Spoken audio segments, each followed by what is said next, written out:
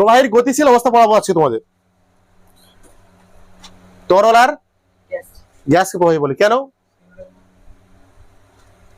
তরল আর গ্যাসকে প্রবাহী বলে কেন? কারণ এরা যদি আবদ্ধ পাত্রায় না থাকে এরা প্রবাহিত হতে পারে, তাই তো? কিছু ছোট ছোট পয়েন্ট লিখে দাও, তারপর আমি আগে করছি। হ্যাঁ, দেখো তরল, তাহলে কি গ্যাস আর তরল কি বলা হচ্ছে? প্রবাহী। কারণ এরা আবদ্ধ পাত্রে না থাকলে প্রবাহিত হতে পারে, দেখবে তোমরা হয়তো নাকি। যখন প্রবাহী গতিশীল অবস্থায় থাকে তখন তাকে আমরা কি বলি? প্রবাহীর কি বলবো? প্রবাহ বলবো। কি বলবো?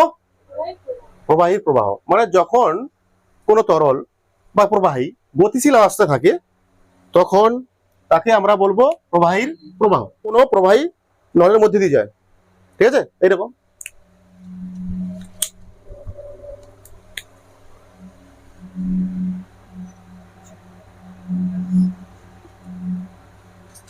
এরকম মনে করো নল আছে, এরকম যাচ্ছে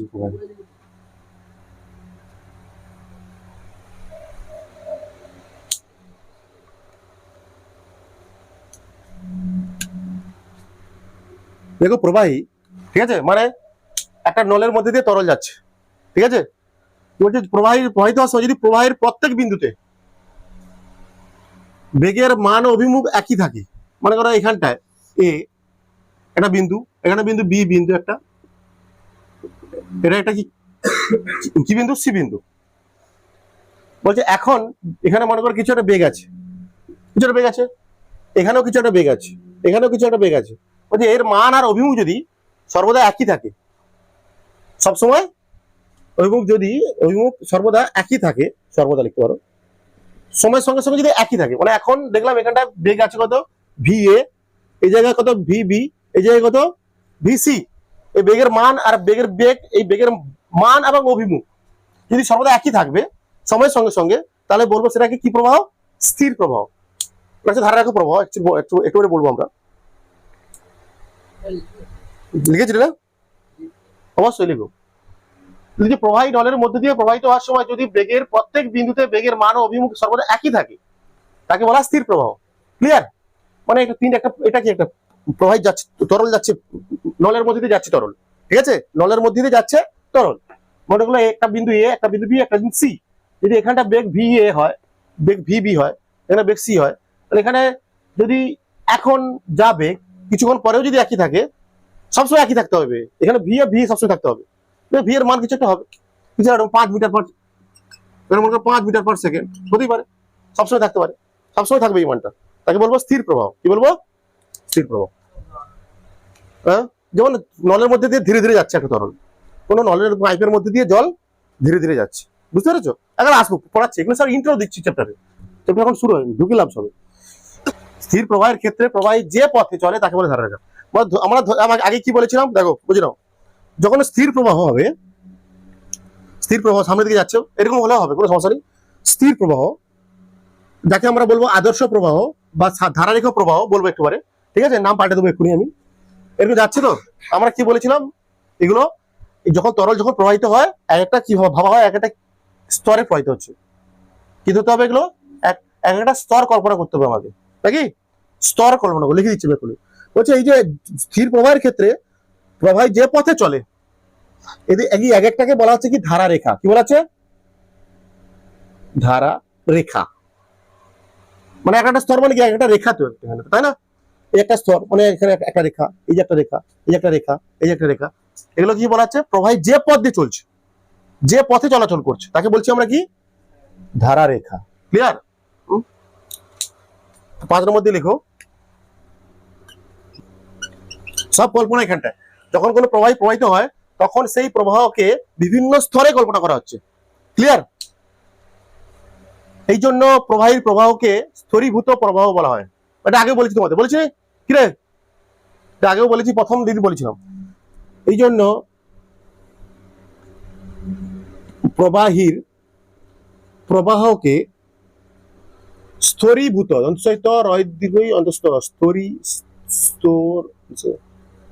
ভূত প্রবাহ বলে।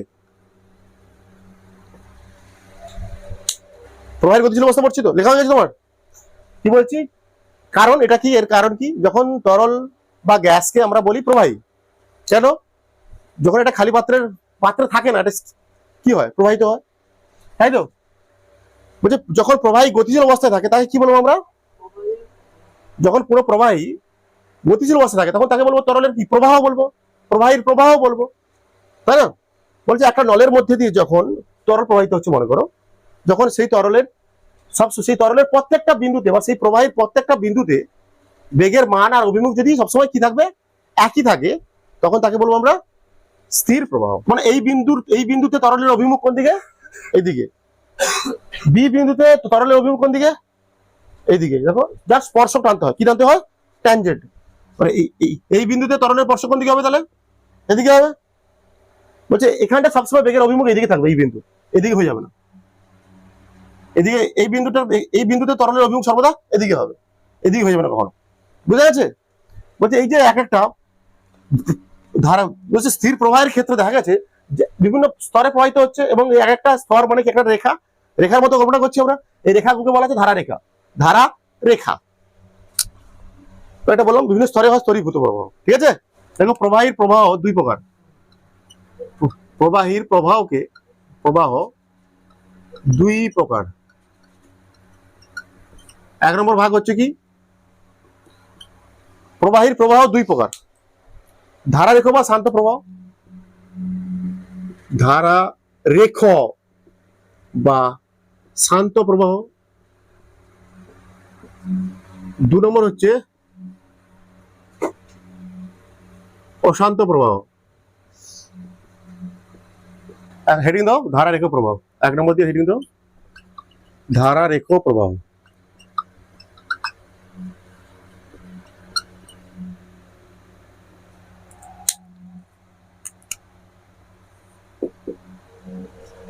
বুঝে নাও আগে বুঝে নাও, তাও সংজ্ঞা লিখছি আমি।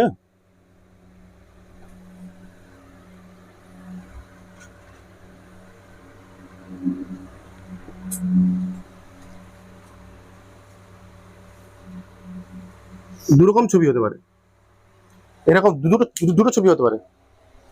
বলেছে এটা একটা কি প্রবাহ, মনে করো এটা একটা প্রবাহ। আমি ধরলাম এখানে একটা বিন্দু এ বিন্দু, আর এখানে একটা বিন্দু বি। এর একটা বিন্দু ধরলাম এখানটা এ, এখানটা বি। যেটা একটাকে বললাম স্থির প্রবাহকে বলা হচ্ছে ধারারেখ প্রবাহ। বলছে যে প্রবাহে, হ্যাঁ, যে প্রবাহের মধ্যে থাকা স্তরগুলো, একটি স্তর আছে তো, কি থাকবে? সুসংবদ্ধ থাকবে। বলছিলাম কি একটা প্রবাহ কি করা হয়? একটা বিভিন্ন স্তরে স্তরে কল্পনা করা হয়, এই জন্য কি বলেছিলাম কি স্তরীভূত প্রবাহ। বলছে এই যখন ধারারেখ প্রবাহের ক্ষেত্রে বলবো আমরা কি, এই স্তরগুলো কি থাকবে? স্তরগুলো সুসংবদ্ধ থাকবে, একটার পর একটা সুন্দর ভাবে থাকবে, স্তরে স্তরে থাকবে। ঠিক আছে? এবং বলা যায় ধারারেখা গুলো পরস্পরকে কি করবে না? ছেদ করবে না। ঠিক আছে? আর কি বলছে? পরস্পরকে ছেদ করবে না, সমান দূরত্বে থাকবে। আর এই যে স্তরগুলো পরে একটার পর একটা সুন্দর ভাবে থাকবে। মানে এই স্তরগুলো আমাদের ঢেউ যেমন একটা পাইপ দিয়ে জল ধীরে ধীরে যাচ্ছে, কোনো সমস্যা নেই। কিন্তু একটা সমুদ্রের জল দেখবি কোনো স্তরে কোনো ঠিক আছে, ওখানটা ওর স্তর ঠিক আছে, ঘুরপাক খাচ্ছে জল, কখনো এইদিকে উঠছে এদিকে উঠছে, মানে একটা স্তর কি সুসংবদ্ধ নেই ওখানটা। ওগুলো কি তাহলে অশান্ত প্রবাহ। আর বেগের মান মানে এখানটা বেগ আছে, কিছু একটা বেগ আছে ভিএ, তাই তো? এখানে কত? ভিবি। হচ্ছে এখানটা সবসময় বেগ থাকতে হবে কত? এই বিন্দুতে বেগ সবসময় থাকবে কত? ভিএ। এখানে থাকবে কত? ভিবি। মানে দুটোর মান নাও একই হতে পারে, কোনো সমস্যা নেই। V A not equal to V B হতেই পারে। এটা যদি 5 হয়, 5 মিটার পার সেকেন্ড, এটাও 10 হতে পারে, কিন্তু এটা সবসময় যেন থাকে এখানটায়। এই 5 মিটার পার সেকেন্ড বেগ যেন এই বিন্দু সর্বদা থাকে, 10 মিটার পার সেকেন্ড বেগ যেন এখানে সর্বদা থাকে বলা হচ্ছে। আর এখানটা কি? এখানেও তাই, মানে দুটো বিন্দু এ আর বি। বলছে এখানে বেগের মান যা থাকবে সবসময়, এখানেও বেগের মান তাই থাকতে হবে সবসময়। ঠিক আছে? এবং কি থাকবে? স্তরগুলো কি থাকবে? সুসংবদ্ধ থাকবে। ক্লিয়ার? সংজ্ঞা লেখো আগে, সংজ্ঞা লিখো। যখন প্রবাহের এই স্তরগুলো সুসংবদ্ধ ভাবে প্রবাহিত হবে, ঠিক আছে, এবং প্রবাহীর প্রত্যেক বিন্দুতে বেগের মান ও অভিমুখ একই থাকতে হবে। অভিমুখ কোনটা? এখানটা এ বিন্দুর অভিমুখ, এখানে অভিমুখ কোন দিকে? সামনের দিকে, কোনো সমস্যা নেই। এখানে বেগ কোন দিকে যাচ্ছে? এদিকে যাচ্ছে তো। এখানে অভিমুখ এরকম, হ্যাঁ, তাহলে এখানে অভিমুখ কোন দিকে? অ্যাকচুয়ালি কি টানতে হয় এক্ষেত্রে? এই বাঁকা ক্ষেত্রে কি ট্যানজেন্ট টানতে হয়। কি টানতে হয়? ট্যানজেন্ট, এদিকে এদিকে বরাবর অভিমুখ হবে, বুঝতে পেরেছো? আর এখানে অভিমুখ কোন দিকে হবে? সামনের দিকে হবে, এরকম। বৃত্তপথে যখন ঘুরছিল আঁকছিলাম না, মনে নেই? এখানে ঘুরে ঘুরে আসছিল, মানে এখানে আসছে বস্তুটা, চাইবে কোন দিকে যেতে? সোজা যেতে চাইবে। এখানে এলে ঘুরে ঘুরে বস্তুটা কেমন দিকে আসবে? এদিকে আসতে চাইবে, এরকম আর কি। ট্যানজেন্ট বড়, ট্যানজেন্ট বলা এটাকে, বা স্পর্শক বরাবর। লিখে দিচ্ছি, লিখে দিচ্ছি, সব লিখে দিচ্ছি, সব লিখে দিচ্ছি তোমাদের।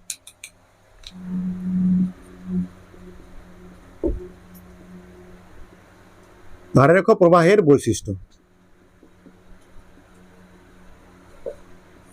আমরা কি দেখলাম? ধারারেখ প্রবাহ কি সরল পথে হতে পারে, আবার বক্রপথে হতে পারে। তো হ্যাঁ, লেখো, এক নম্বর দিয়ে লেখো, ধারারেখ প্রবাহ সরল বা বক্রপথে হতে পারে।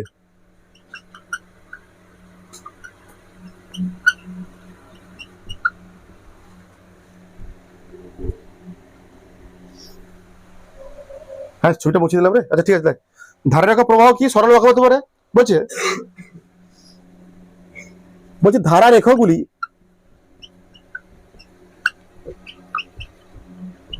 পরস্পরকে ছেদ করে না। ভেরি ভেরি ইম্পর্টেন্ট, শর্ট প্রশ্ন পড়তে পারে এখান থেকে। পরস্পরকে ছেদ করে না, এটা এই পয়েন্টটাই শর্ট 2 নম্বরের প্রশ্ন পড়তে পারে। হ্যাঁ, পরস্পর ছেদ ছেদ করে না কেন? কারণ ধারারেখগুলি, এই যে দুটো ধারারেখ বলছিলাম যে লাইনগুলো, ওইগুলো পরস্পরকে ছেদ করাটা কারণ, মনে করো দুটো প্রবাহ, দেখো এই যে একটা লাইন ধারারেখ, এই যে একটা ধারারেখ, দুটো ছেদ করে দিল মনে করো। হ্যাঁ হ্যাঁ, বলছে এই ছেদ বিন্দুতে বেগের দুটো অভিমুখ হবে। দেখো, মানে এই বিন্দু ছেদ করেছে তো, এটা একটা ধারারেখ আর এটা একটা ধারারেখ, বলে দিকে দেখো, এই যে একটা ধারারেখ আর এই যে একটা ধারারেখ, এরা কি করছে? পরস্পরকে কি হচ্ছে? ছেদ করছে। যদি ছেদ করে, এখানে দুটো বেগের দুটো অভিমুখ পাবো, বেগের দুটো অভিমুখ পাবো। দেখো এখানটা এই এই ধারা রেখার জন্য এখানটা এদিকে অভিমুখ, আবার এই দেখো এই ধারা রেখার জন্য এই বিন্দুতে এদিকে অভিমুখ হবে। ভালো ছবি দেখ, ছবি ফিল চাই, তাহলে হবে না। এই আবার রাখছি, এই যে একটা ধারা রেখো, এই যে একটা ধারা রেখো, হ্যাঁ, এখানে ছেদ করেছে। এই ধারা রেখার জন্য এই বিন্দুতে বেগের অভিমুখ কোন দিকে?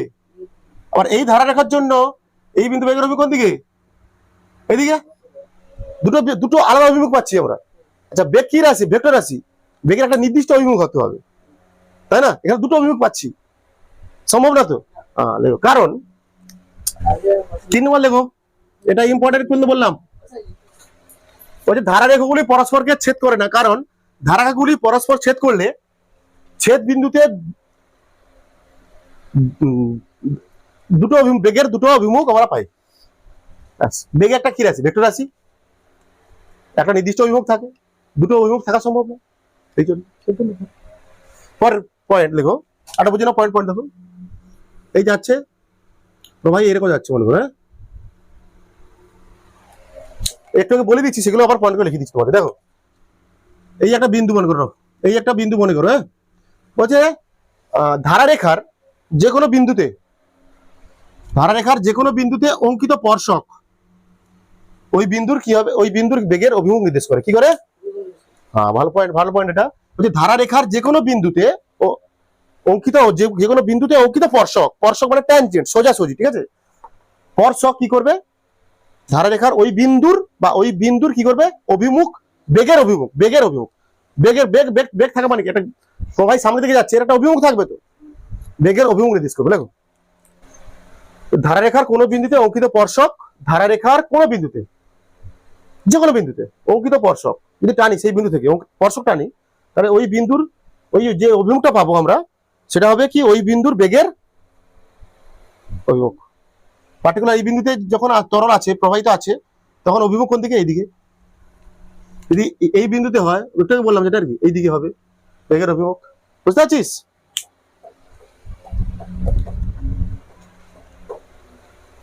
পরের পয়েন্ট লেখো, 4 নম্বর লেখো,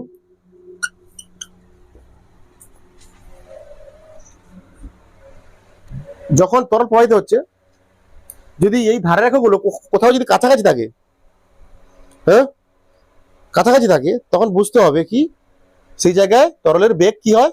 বেশি।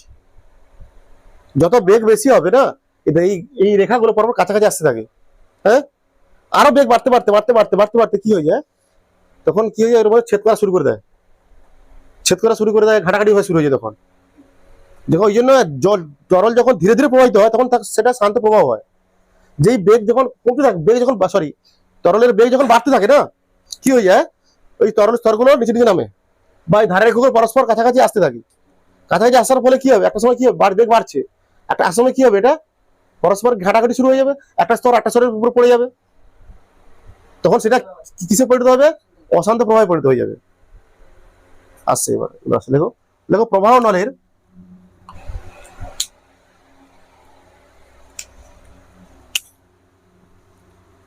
ভালো করে পড়বে সব।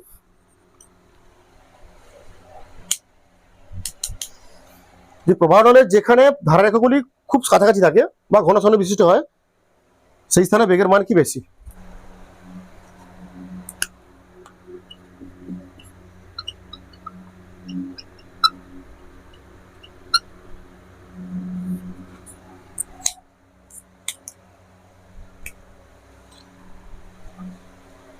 এই যে স্তরগুলো কি হবে, এলোমেলো ভাবে থাকবে।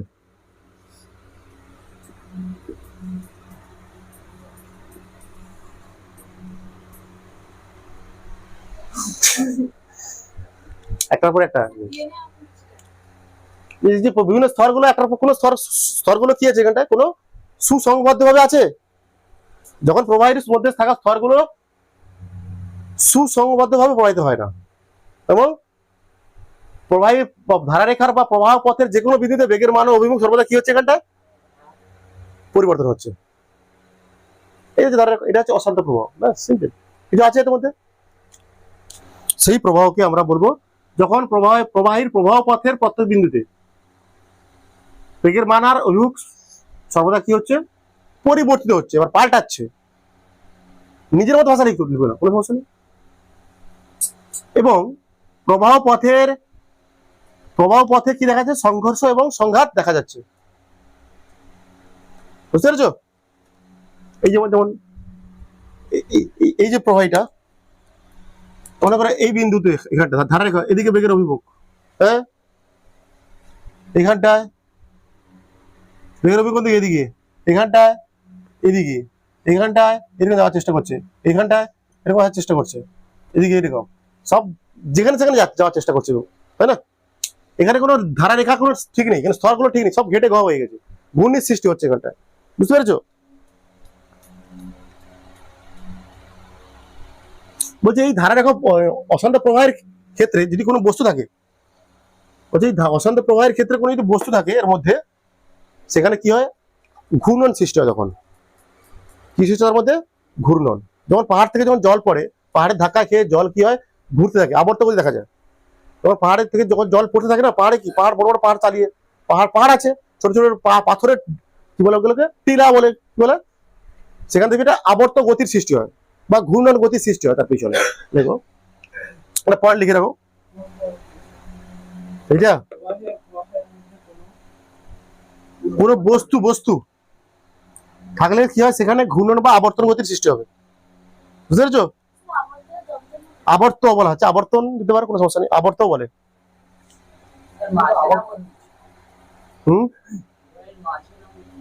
মধ্যে মাঝে যেখানে থাকবে তার সেখানে কি সৃষ্টি হবে, যেখানেই থাকবে বস্তু।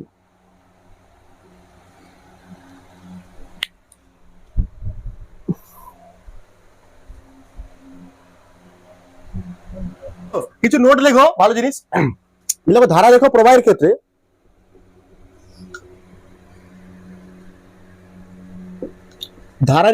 ক্ষেত্রে দেখা গেছে স্তরগুলো কি হচ্ছে, একটার পর একটা আছে, এদের মধ্যে সংঘর্ষ হয় না, তার মধ্যে তাই ধারারেখা প্রবাহের কোনো শক্তির ক্ষয় হয় না, ধারারেখা প্রবাহে শক্তির কোনো ক্ষয় হয় না। কেন? স্তরগুলো কি থাকে, সুসংবদ্ধ ভাবে থাকে, ধাক্কাধাক্কি হয় না, সংঘর্ষ হয় না। তো এই জন্য ধারারেখা প্রবাহ শক্তির সংরক্ষণ সূত্র মেনে চলে। ভালো পয়েন্ট এটা, শর্ট প্রশ্ন দেবে এখান থেকে। বলছে ধারারেখা প্রবাহের শক্তির সংরক্ষণ সূত্র মেনে চলে, ভেরি ভেরি ইম্পর্টেন্ট। এটা শর্ট প্রশ্ন পড়তে পারে তোমাদের, কোন প্রবাহ শক্তির সংরক্ষণ সূত্র মেনে চলে। ঠিক আছে? ধারারেখা প্রবাহের সময় স্তরগুলির কোনো সংঘর্ষ হয় না, তাই শক্তির ক্ষয় হয় না। ধারক প্রবাহের শক্তির সংরক্ষণ সূত্র মেনে চলে। পরে পরে লেখো, এইটাই থেকে এসছে তোমাদের কাছে বার্নৌলি থিওরিটা হচ্ছে এইটা, শক্তি সংরক্ষণ সূত্রের উপর। ধারারেখ প্রবাহের শক্তি সংরক্ষণ সূত্রটাই হচ্ছে কি বার্নৌলি উপপাদ্য বা বার্নৌলি নীতি। আসবে একটু পরে, বুঝতে পেরেছো?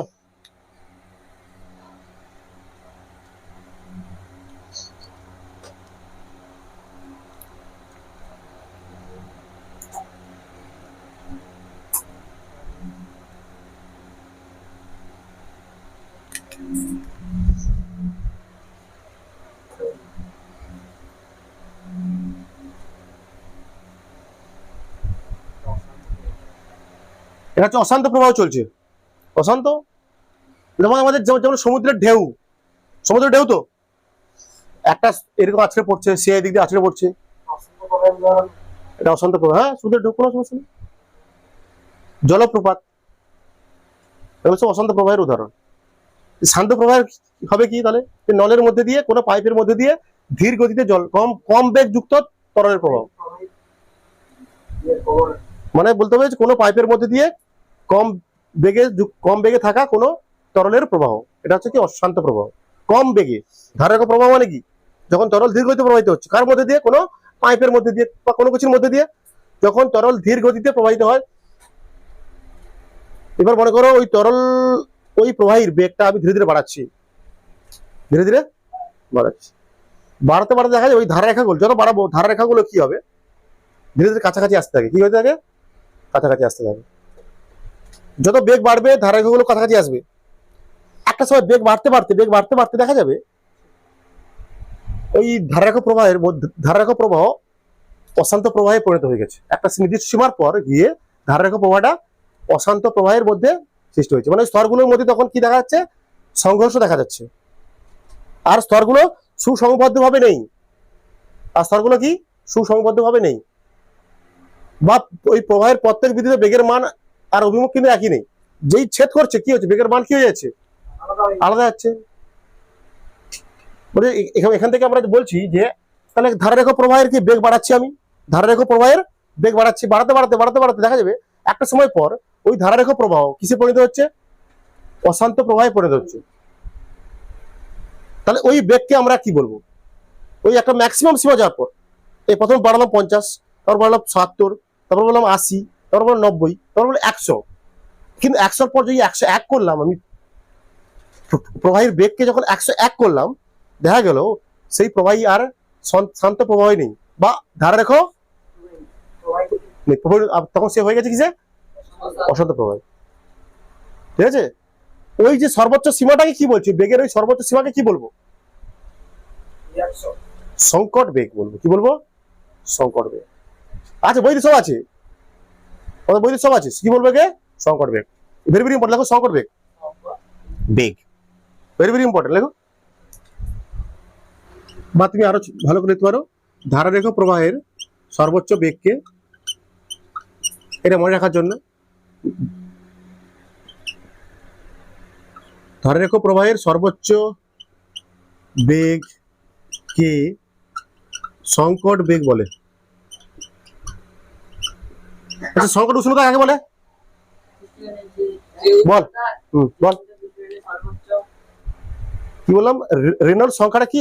এমন একটা সংখ্যা যার দ্বারা আমরা বুঝতে পারি সেই কোনো প্রবাহ শান্ত হবে না অশান্ত হবে না অন্য কিছু হবে। ঠিক আছে?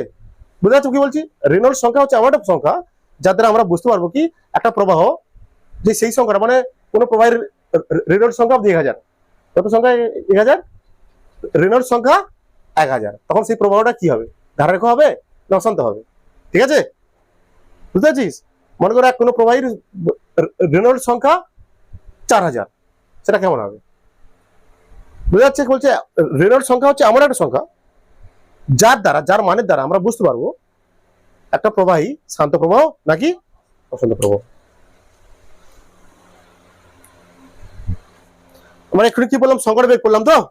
অ্যাকচুয়ালি তিনি কি করেন? সংকট বেগের মান নির্ণয় করেন। কি করেন? সংকট বেগের মান নির্ণয় করেন। ওই যে প্রত্যেকটা প্রবাহের কি থাকবে? সংকট বেগ আছে, সংকট বেগ আছে। এবং প্রতিটা প্রবাহের কি আছে? সংকট বেগ। প্রতিটি প্রবাহীর সংকট বেগ রয়েছে।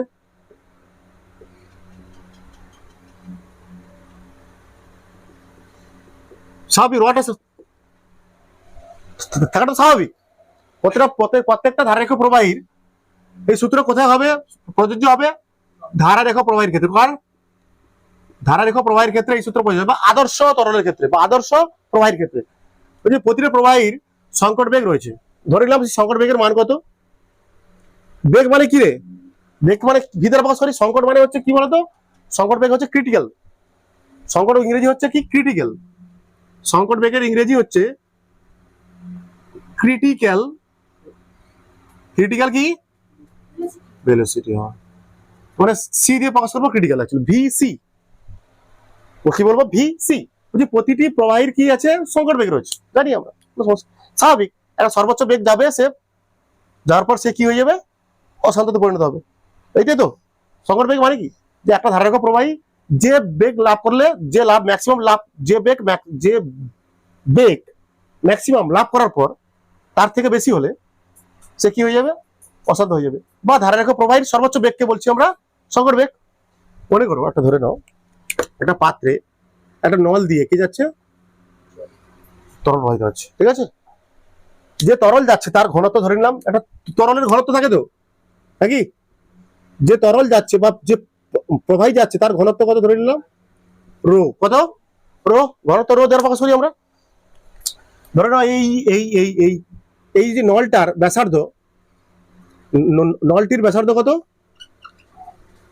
ব্যাসার্ধ কত ধরবো আমরা? আর আর দ্বারা প্রকাশ হতো নাকি? বলছে এই তরলের ক্ষেত্রে প্রত্যেক তরলে একটা জিনিস আছে, সান্দ্রতা হয়। পরের টপিক আমাদের সেটা আসবে। সান্দ্রতা হয়, এবং তরলের সান্দ্রতা কত? এটা নতুন জিনিস, পরের দিন পড়ানো হবে। এটা তরলের সান্দ্রতা কি? ধরে নাম এটা, এটাকে বলা ইটা। কি বলা হয় এটাকে? ইটা। এরকম দেখবে, এরকম এনের মতো ইটা। ইটা বলা হয়। কি বলা হয়? এন। এরকম এনটা তো এন হয়তো এরকম, ঠিক আছে? এটা কি? ইটা বলা হয়। তোমাদের বইতে এটাকে সান্দ্রতাকে প্রকাশ করা ইটা দ্বারা। কি প্রকাশ করা?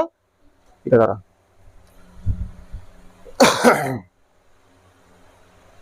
বা সান্দ্রতাঙ্ক, ইটা সান্দ্রতাঙ্ক বলতে পারো। সান্দ্রতাঙ্ক ত্যাগ আর গোয়াইক। বলছে একটা নলের মধ্যে দিয়ে যার ব্যাসার্ধ কত, নলটার ব্যাসার্ধ কত, আর একটা তরল যাচ্ছে, সেই তরলের ঘনত্ব কত? কত? রো। রো। যে তরলটা যাচ্ছে তার একটা সান্দ্রতা কত? সান্দ্র মাধ্যম। সান্দ্রতা কি? একদিন পড়া হবে। সান্দ্রতা কি? ইটা। ঠিক আছে? বলছে এই সংকট বেগের মান, এটা একটা সূত্র নিয়ে আসছে। বলছে এই সংকট বেগের মান, এই সংকট বেগ নির্ভর করবে কখন? ভিসি প্রফেশনাল টু নিটা, বাকি এটা কি? সান্দ্রতাঙ্ক।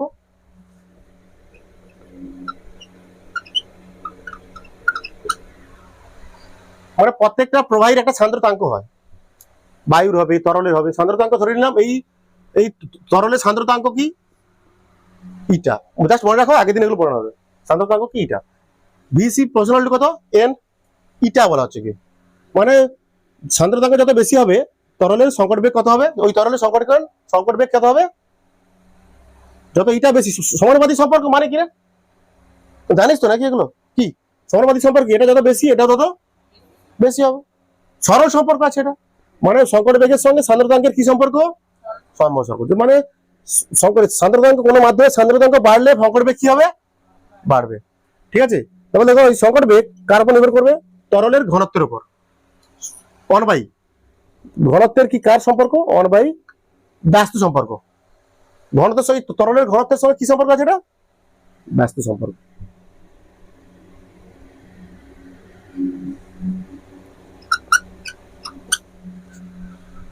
ঠিক আছে? এই তরলটার সংকট বেগ ওই তরলের ঘনত্বের থেকে ঘনত্বের সঙ্গে কি সম্পর্ক? ব্যস্ত সম্পর্ক। ব্যস্ত সম্পর্ক মানে অঙ্ক, কিন্তু অঙ্কের জিনিস। 1/, রো। কিরে দেখছিস না? দিকে তুই কোথায় দেখাচ্ছিস? ওই সংকট বেগ আর এখানে আছে কি? ব্যাসার্ধ। ব্যাসার্ধের সঙ্গেও কি সম্পর্ক? ব্যস্ত সম্পর্ক। ঠিক আছে? এটা কি ব্যাসার্ধ।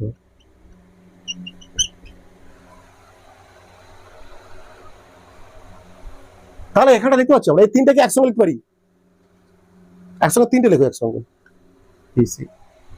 আর তুলে নে, না না না শেষ করে দেবো, তুলবি শেষ করে তুলবি। তাহলে এই সংকট বেগের তিনটে, এটা সংকট বেগ ভিসির সঙ্গে সান্দ্রতাঙ্কের সরল সম্পর্ক, সংকট বেগের সঙ্গে ব্যস্ত সম্পর্ক, এর সঙ্গে এর ব্যস্ত সম্পর্ক। তাহলে একসঙ্গে লিখলে কি হবে, উপরে কি থাকবে নিটা, মানে সরল সম্পর্ক উপরে থাকছে, আর এই দুটো কি আছে ব্যস্ত সম্পর্ক রো।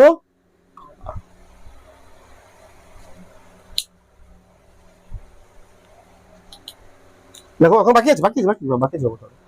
বা এখানে কি হয় আমরা আগেও বলেছি কি এটা কি সমানুপাতিক চিহ্ন, সমানুপাতিক চিহ্ন উঠিয়ে একটা কি একটা একটা কি দিতে হয় আর দেবো। হ্যাঁ রেনল্ডস সংখ্যা না, রেনল্ডস, হ্যাঁ একটা ধ্রুবক দেবো, বলছে একটা ধ্রুবক দেবো। সমানুপাতিক চিহ্ন উঠাতে হলে একটা কি জন্য দিতে হয়, অনেকবার বলা হয়েছে, এগুলো বলা হয়নি। তাহলে এখানে দেওয়া হবে কি আর, কি দেবো আর। এইটা হচ্ছে রেনল্ডস সংখ্যা, কি বলছে কে, এটা হচ্ছে রেনল্ডস সংখ্যা। আসবে দেখো তাহলে কি বললাম, নিটা বাই ইটা বাই রো আর। এখানে আর এর মান কি হবে, আর এর মানটা বের করে নাও। ভিসির সঙ্গে কি গুণ হবে, রো আর। আমি ইটার মান বের করবো, ইটার মান বের, তাহলে এখানে রেখে দাও এটা। ভিসির সঙ্গে রো আর গুণ হবে, আর আরটা কি হয়ে যাবে নিয়ে চলে আসবে। সরি কার মান বের করছি আমি, আর এর মান বের করছি, তাহলে নিটাটা নিয়ে চলে আসবে, তাই না। এর মান ক্যালকুলেশন করে পাওয়া যায়। আরটা কি রেনল্ডস সংখ্যা বলা হচ্ছে, কি মান রেনল্ডস সংখ্যা, এই আর কে বলা হচ্ছে রেনল্ডস সংখ্যা। এর একটা সংখ্যা আসবে, এর মান এটা কি আসবে সংখ্যা আসবে। ক্যালকুলেশন করে সবার মান বসিয়ে রো আর মানে ব্যাসার্ধ পাশাপাশি লিখবে না, রো আর এর একটা সংখ্যা আসবে। এটা কি ক্যালকুলেশন, আর এর মান এটা ক্যালকুলেশন করে আসবে এখানটায়, যে যার মান বসিয়ে অঙ্ক করাবো, ওটার সময় দেখতে হবে অঙ্ক করাবো কিন্তু আমি এগুলো বলেছি কিন্তু, হ্যাঁ করানো এগুলো ভালো করে মনে রাখবে সূত্রগুলো। যে যে সংকট বেগ কার উপর নির্ভর করছে, সান্দ্রতাঙ্কের সঙ্গে সরল সম্পর্ক, ব্যাসার্ধের ওই যে পাইপের মধ্যে দিয়ে যাচ্ছে তার ব্যাসার্ধের সঙ্গে ব্যস্ত সম্পর্ক, আর ঘনত্বের সঙ্গে ব্যস্ত সম্পর্ক। সেখান থেকে আর সমান এটা পেয়েছি। তোমরা নিজেরা প্রসেসটা মনে রাখো, শুধু প্রসেসটা মনে রাখলেই হবে, বুঝতে পেরেছো। এর মান মনে রাখবে, এখানে তাও নিচে লেখো, স্টার দিয়ে লেখো, স্টার দিয়ে লিখবে সবাই পড়বে পরীক্ষায়, নাও দিতে পারে, এটা তোমাদের একটু অ্যাডভান্স জিনিস করাবো আমি। তাও বলছে আর আর এর মান, এই যে আর এর মান মানে রেনল্ডস সংখ্যা যেকে বলা হচ্ছে, আর এর মান হচ্ছে, আর এর মান 2000-এর মধ্যে হলে, 2000-এর মধ্যে মানে রেনল্ডস সংখ্যার মান 1500, 1000 এগুলো হলে সেটা হবে শান্ত প্রবাহ। আর আর এর মান যদি 4000 থেকে বেশি হয় তখন সেটা হবে অশান্ত প্রবাহ, অশান্ত প্রবাহ। 4000 থেকে বেশি, 2000 থেকে 4000-এর মধ্যে শান্ত প্রবাহ ধীরে ধীরে অশান্ততে পরিণত হবে, স্বাভাবিক না। দেখো আচ্ছা লেখো, যা বলছি এখন লেখো। আর এর মান কি বলা হচ্ছে, এটা কার মধ্যে বলছিস, 2000 থেকে 4000-এর মধ্যে হলে কি হবে, শান্ত প্রবাহ ধীরে ধীরে হয়, দূষণ আরে শান্ত প্রবাহ ধীরে ধীরে অশান্ত প্রবাহে পরিণত হবে। শান্ত প্রবাহ বা ধারারেখ প্রবাহ, শান্ত প্রবাহ মানে ধারারেখ প্রবাহ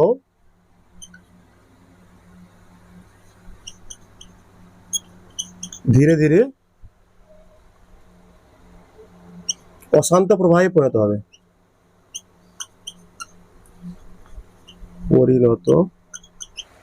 আসলে বিজ্ঞানী রেনল্ডস কি করেন, একটা সংকট বেগ তিনি দেখলেন, সংকট বেগ কতটা প্রবাহের কি সংকট বেগ আছে, তার মান কার কার বিষয় কার উপর নির্ভর করে।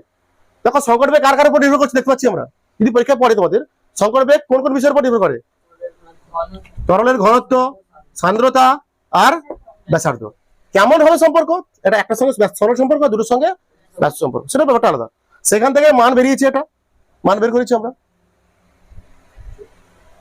তো আর এর মান বেরিয়েছে। এখানে আরটা কি আছে রেনল্ডস সংখ্যা, আরটাই কি এখানটা রেনল্ডস সংখ্যা। বলছে এর মান 2000-এর মধ্যে হলে তাহলে বলবো সেই প্রবাহটা কি শান্ত প্রবাহ, 2000-এর বেশি হলে, সরি 4000-এর বেশি হলে তখন বলবো সেটা অশান্ত প্রবাহ, 2000 থেকে 4000 মধ্যে হলে বুঝবো সেই প্রবাহ ধীরে ধীরে অশান্ত প্রবাহে পরিণত হচ্ছে।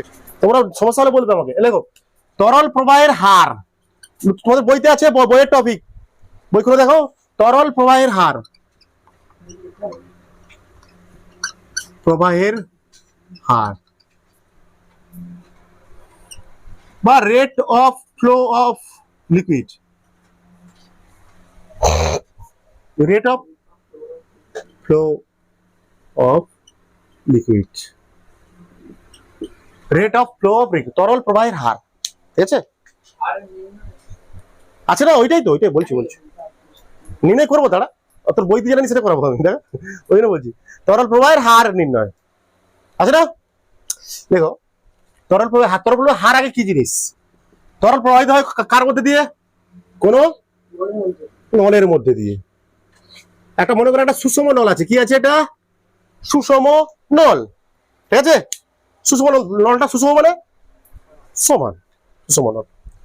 সদাসি ভালো করে দেখো, ধরো একটা নল, নলের মধ্যে তরল যাচ্ছে, তরল, আচ্ছা ঠিক আছে, মনে করো এই নলটার ক্ষেত্রফল কত? এ, নলটার ক্ষেত্রফল কত? এ, বা প্রস্থচ্ছেদ বলা আছে, প্রস্থচ্ছেদ কত? দুই প্রান্তের প্রস্থচ্ছেদ বলা হয়, প্রস্থচ্ছেদ বা ক্ষেত্রফল। মাথায় সেট করে নাও এগুলোকে, প্রস্থচ্ছেদ ক্ষেত্রফল একই জিনিস, মাথায় সেট করে নাও, প্রস্থচ্ছেদ টেনে এগুলো লাগবে, প্রস্থচ্ছেদের ক্ষেত্রফল বা প্রস্থচ্ছেদের ক্ষেত্রফল বলে, ঠিক আছে, বা প্রস্থচ্ছেদও বলা হয়। এ হচ্ছে ক্ষেত্রফল, মানে কি এরিয়া বলেছিলাম তো, চাপ সমান কি বল বাই ক্ষেত্রফল, এফ বাই এ।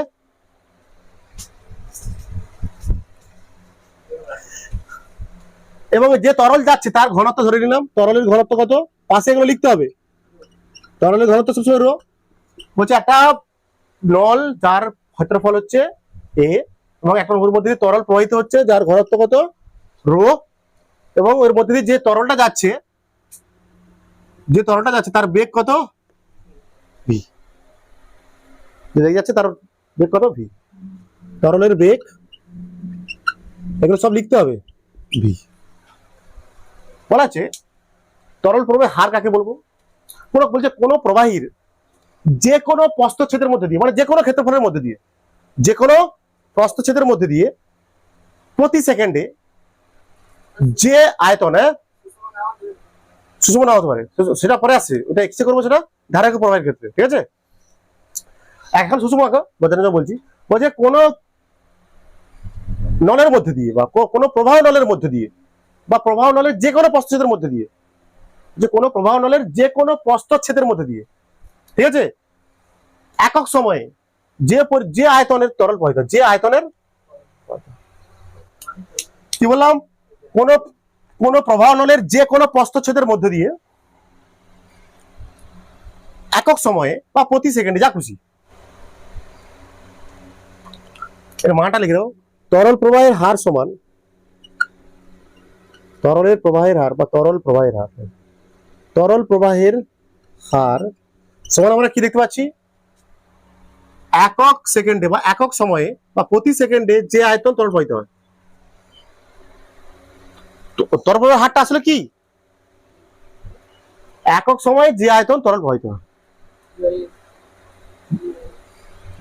দেখো তরল প্রবাহের হার সমান একক সময়ে প্রবাহিত তরলের আয়তন, অ্যাকচুয়ালি প্রবাহিত তরলের, আগে লিখো তরলের প্রবাহের হার সমান, ভালো বোঝার চেষ্টা করো এটা, একক সময়ে প্রবাহিত তরলের আয়তন, আয়তন, তরল প্রবাহের হার কাকে বলছি, একক সময়ে যে আয়তন তরল প্রবাহিত হয়, মানে তাহলে তরল প্রবাহের হার মানে কি, একক সময়ে প্রবাহিত তরলের আয়তন, বা এক সেকেন্ড, যা কিছু বলতে, একক সময় মানে এক সেকেন্ড, দেখো এক সেকেন্ড সময়ে বা এক সেকেন্ডে লিখো, এত লিখতে পারো, এক সেকেন্ডে প্রবাহিত তরলের আয়তন। আচ্ছা আয়তনের সূত্র কি, তাহলে আয়তন তরলে এক সেকেন্ডে কতটা তরল যাবে, এক সেকেন্ডে ভয় তরলের আয়তন হবে এক ক্ষেত্রফল মানে কত, প্রস্থচ্ছেদ, প্রস্থচ্ছেদ গুণিত বেগ, এটা মনে রাখবে, এটা প্রমাণটা আছে, প্রস্থচ্ছেদ গুণিতক বেগ। ঠিক আছে, এর প্রমাণ, এটা প্রমাণ করাচ্ছি না তোমাদের আমি, ঠিক আছে, বুঝতে পেরেছো? সেটা বুঝে নাও। এটা কি হবে, তরল 1 সেকেন্ড প্রবাহিত তরলের আয়তন কত হবে, এটা যতটা তরল এই যে ক্ষেত্রফল গুণিতক যত বেগে যাচ্ছে।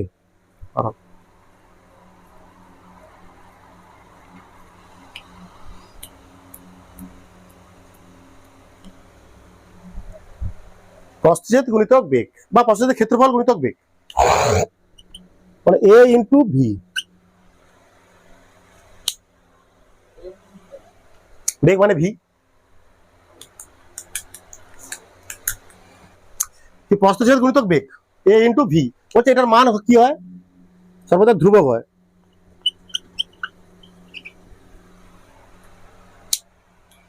যে 1 সেকেন্ডে প্রবাহিত তরলের আয়তন সমান কি, a ইন্টু ভি, প্রস্থচ্ছেদ গুণিতক বেগ।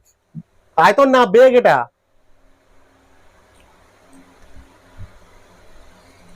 মানে কি, এটার কি ধ্রুবক বলা হচ্ছে, মানে নলের দু প্রান্ত আছে তো, এটা ধ্রুবক কেন হয়। এবার আছে ধারাবাহিকতার সমীকরণ বলা হচ্ছে কি, ধারাবাহিকতার সমীকরণটা কি বলছে, একটা নলের মধ্যে 1 সেকেন্ডে যতটা আয়তন তরল প্রবেশ করে, একটা নলের মধ্যে 1 সেকেন্ডে যতটা আয়তন তরল প্রবেশ করে, সেই 1 সেকেন্ডে ঠিক তত আয়তন তরল বেরিয়ে। কি বলছি আমি, নলের মধ্যে 1 সেকেন্ডে, এটা এই জন্য ধ্রুবক, এ ভিটা ধ্রুবক, নলের মধ্যে 1 সেকেন্ডে যতটা আয়তন তরল প্রবেশ করে, 1 সেকেন্ডে সেই আয়তন তরল নল থেকে বেরিয়ে যায়। ঠিক আছে,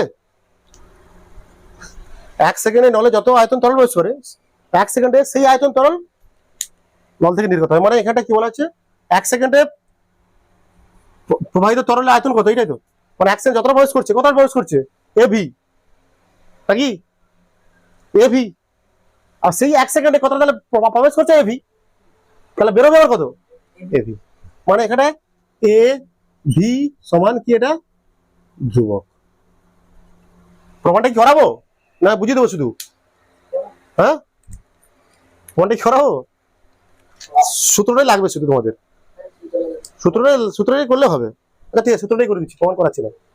আচ্ছা এর একক কি হবে বলতো, তরল প্রবাহের হারের একক কি, তরল প্রবাহের হারের একক কি, এ ইন্টু ভি।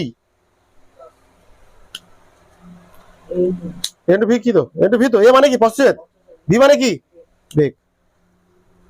তরল প্রবাহের হারের এসআই একক, কার এসআই একক করছে এখন, প্রবাহের হারের এসআই একক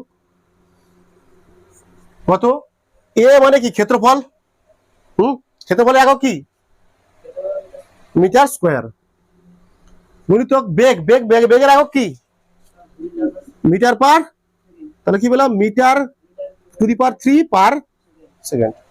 ক্লিয়ার, বুঝতে পারছিস, হ্যাঁ না বুঝতে পারছিস না। সিজিএস একক কি, সেন্টিমিটার স্কয়ার গুণিতক সেন্টিমিটার পার সেকেন্ড, মানে সেন্টিমিটার কিউব পার সেকেন্ড।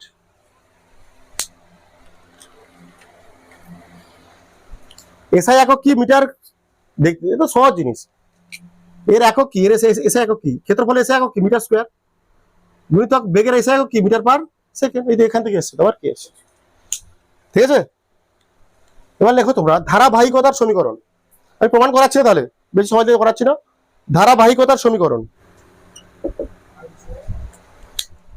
মনে করো একটা নল আছে, একটা নল আছে, এরকম নল, এই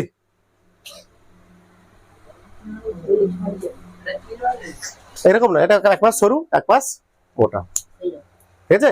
এই সূত্রটা ধারাবাহিকতা সমীকরণ সবসময় প্রযোজ্য হবে কার ক্ষেত্রে, আইডিয়াল ফ্লুইড বা আদর্শ প্রবাহের ক্ষেত্রে, বা ধারারেখ প্রবাহী, আদর্শ প্রবাহী বা আদর্শ প্রবাহী বৈশিষ্ট্য লিখেছি তো, আদর্শ প্রবাহের ক্ষেত্রে সেই সূত্র প্রযোজ্য হবে, ঠিক আছে। হ্যাঁ, তো এটা একটা সরু, এটা এমন একটা নল, এবারটা কি সরু, এবারটা মোটা, ঠিক আছে। মনে করো এই পাশে ক্ষেত্রফল কত, A1, এই পাশে বেশি ক্ষেত্রফল, কম ক্ষেত্রফল, এখানে A2। প্রশ্ন পড়বে, দেওয়া থাকবে এরকম, A1 ক্ষেত্রফল, A2 ক্ষেত্রফল, এ পাশ দিয়ে ভি বেগে, V1 বেগে তরল প্রবেশ করছে, V1 বেগে তরল প্রবেশ করছে, তাহলে এই পাশ দিয়ে বেগ কত হবে, তরলের বেগ কত হবে, মানে ভি2 এর মান কত হবে? কি বলছি আমি? কারণ নল A1 ক্ষেত্রফলের পাশে A2 ক্ষেত্রফল পারে, বলছে এই পাশ দিয়ে তরল প্রবেশ করছে কত? V1 বেগে প্রবেশ করছে, তাহলে এখান থেকে কতটা বেরোবে? হ্যাঁ,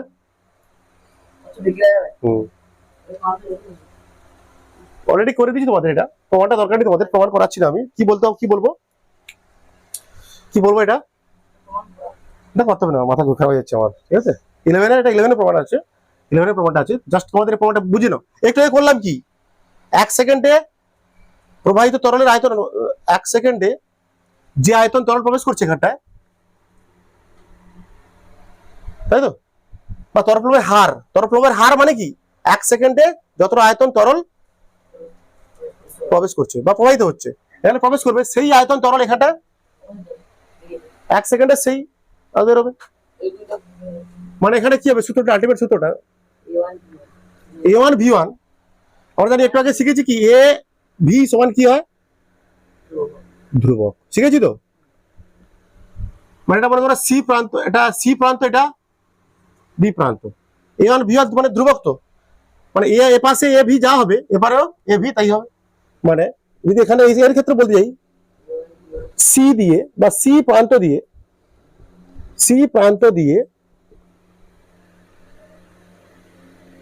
1 সেকেন্ডে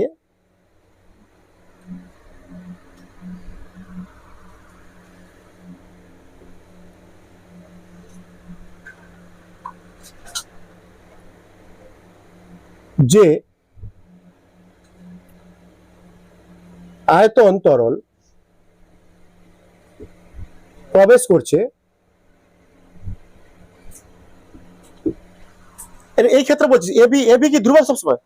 এবি ধ্রুবক কার ক্ষেত্রে? আদর্শ প্রবাহের ক্ষেত্রে বা ধারারেখ প্রবাহের ক্ষেত্রে এবি সবসময় ধ্রুবক, কারণ এক প্রান্ত দিয়ে যে আয়তন তরল প্রবেশ করবে 1 সেকেন্ডে সেই 1 সেকেন্ডে এই প্রান্ত দিয়ে সেই আয়তন তরল বেরোবে, তার মান কত? এভি। 1 সেকেন্ড যে আয়তন তরল প্রবেশ করে সেই আয়তন তরল 1 সেকেন্ডে ডি প্রান্ত দিয়ে নির্গত হবে। মানে এই আমি যদি এ ভি সূত্রটা এই তরল প্রবাহের হারটা এই পাশে নির্ণয় করার চেষ্টা করি, এটা কি হবে? A1 V1 সমান কি ধ্রুবক, তাই না? ধ্রুবক ধরে নিলাম কে, হ্যাঁ কে ধরে নিলাম, তাহলে এই প্রান্তের ক্ষেত্রে কি হবে? এই প্রমাণটা করা ছিল, জাস্ট বলেছি A2 V2 সমান কি কে, এটাও তো ধ্রুবক কে, এই তাহলে এই দুটোকে একসাথে লিখলে কি পাবো? এটাও তো কে, এটাও তো A2 V2, ওইটাই সূত্র। অতএব লিখবো A1 সরি বাহ V1 সমান A2 V2। আরে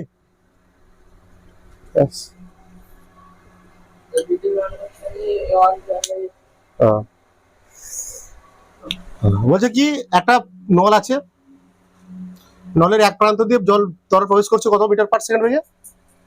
2 মিটার পার সেকেন্ড হয়ে যাচ্ছে, তাই তো?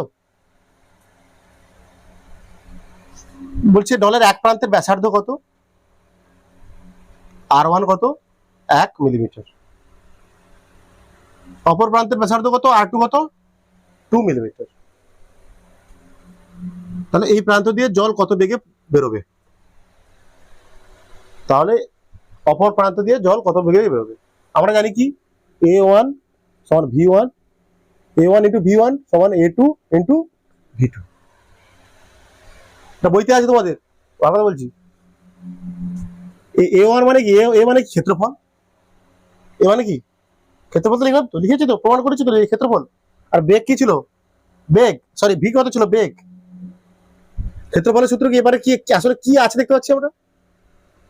বৃত্ত আছে, বৃত্ত আছে তো, বৃত্তের ক্ষেত্রফল সূত্র কি? পাই আর স্কোয়ার, মানে আর মানে কত এখানে?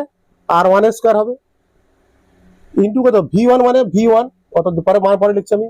A2 কত হবে এখানটা? পাই আর স্কোয়ার মানে কত এখানটা? R2 স্কোয়ার হবে ইন্টু V2।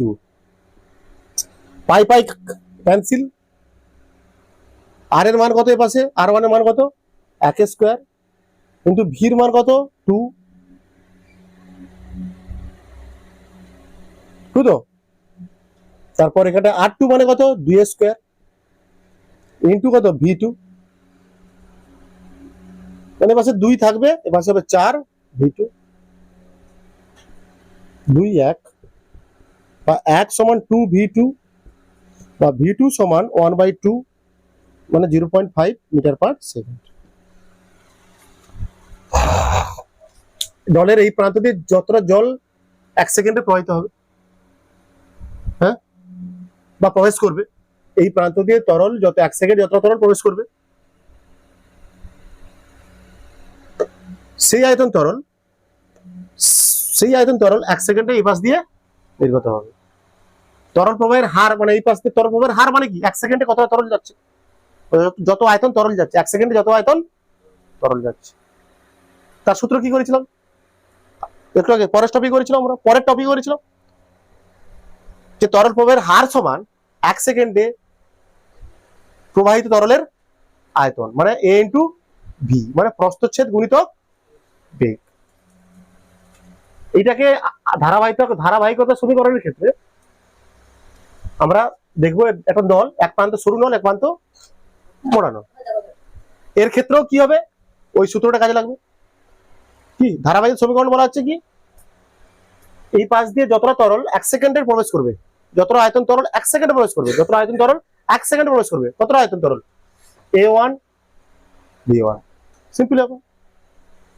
মানে এই পাশ দিয়ে 1 সেকেন্ডে কতটা তরল যাবে বেরোবে, সেটা হবে কি ab, সেটাও ab, মানে এই পাশে a কত a2, এবারে কত আয়তন কত ছিল, বেগ কত ছিল v2 সরি না অঙ্কের ক্ষেত্রে 2,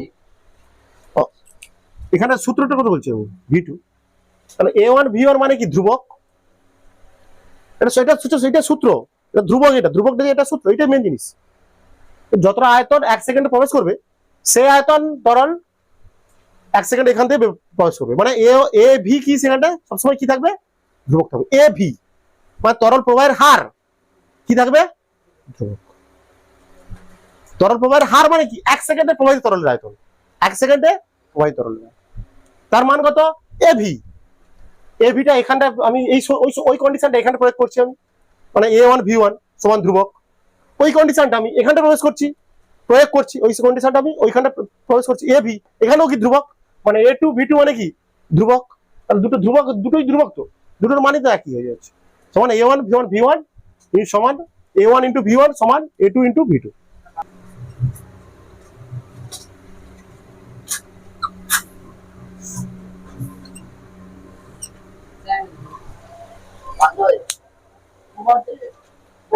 একই আমরা বলছিলাম ধারারেখ প্রবাহের ক্ষেত্রে বলছিলাম, তো কি বলছিলাম আমরা, কি বলছিলাম ধারারেখ প্রবাহের ক্ষেত্রে কি বলছিলাম, ছবি ঠিক আছে দেখ, ঠিক আছে ছবি ঠিক আছে, দেখা যাচ্ছে তো, হ্যাঁ ঠিক আছে। বলছি ধারারেখ প্রবাহের ক্ষেত্রে আমরা কি বলছিলাম, যে স্তরগুলোর মধ্যে কোনো সংঘর্ষ হয় না, মানে কি শক্তির ক্ষয়, মানে কি বলছিলাম এটি শক্তি সংরক্ষণ সূত্র মেনে চলে, তার উপর ডিপেন্ড করে বার্নৌলি উপপাদ্য। বার্নৌলি উপপাদ্য বা বার্নৌলি নীতিটা কি, ধারারেখ প্রবাহের বা আদর্শ প্রবাহের ক্ষেত্রে শক্তি সংরক্ষণের নীতি, এটা ধারারেখ প্রবাহ বা আদর্শ প্রবাহের শক্তি সংরক্ষণের নীতি, ঠিক আছে, শক্তি সংরক্ষণের নীতি লিখো।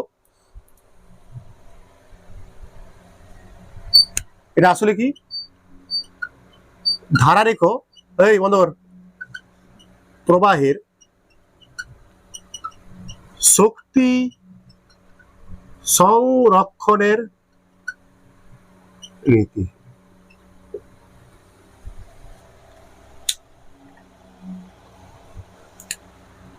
একটা প্রবাহে ধারারেখ প্রবাহের ক্ষেত্রে কি কি শক্তি থাকতে পারে সেটা আমাকে জানতে হবে, কি কি শক্তি থাকতে পারে। শক্তি সংরক্ষণ মানে কি, মোট শক্তি কি হবে ধ্রুবক থাকবে, একটা ধারারেখ প্রবাহের ক্ষেত্রে মোট এনার্জি বা মোট শক্তির পরিমাণ কি থাকবে ধ্রুবক বা কনস্ট্যান্ট, ঠিক আছে। কি বললাম আমি, একটা শক্তি সংরক্ষণ মানে কি মোট শক্তির যেটা হবে সেটা তার মান প্রবাহ রেখার প্রত্যেক বিন্দুতে মোট শক্তির পরিমাণ সবসময় কি থাকবে? ধ্রুবক। কি কি শক্তি থাকে আগে জানতে হবে তোমার। ধারারেখ প্রবাহিতে কি কি শক্তি থাকে? এই সূত্র অ্যাপ্লিকেবল হবে কোথায়? সবসময় আদর্শ প্রবাহের ক্ষেত্রে। আদর্শ প্রবাহী মানে কি? আসলে ধারারেখ প্রবাহকে বলা হচ্ছে আদর্শ প্রবাহী। এই সূত্র অ্যাপ্লিকেবল হবে আদর্শ প্রবাহের ক্ষেত্রে, মানে ধারারেখ প্রবাহের ক্ষেত্রে। ঠিক আছে, বুঝতে পেরেছো? বলছে ধারারেখ প্রবাহিতে বা ধারারেখ প্রবাহে 3 ধরনের সূত্র থাকে, সরি কি শক্তি থাকে।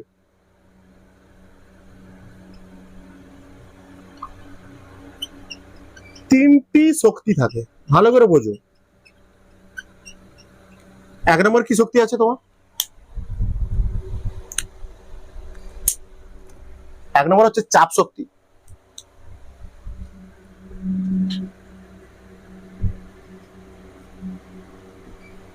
2 নম্বর হচ্ছে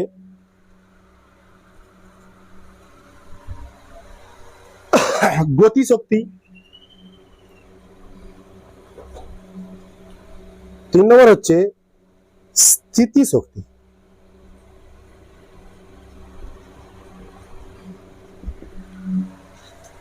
ধারারেখ প্রবাহের ক্ষেত্রে 3টি শক্তি থাকে।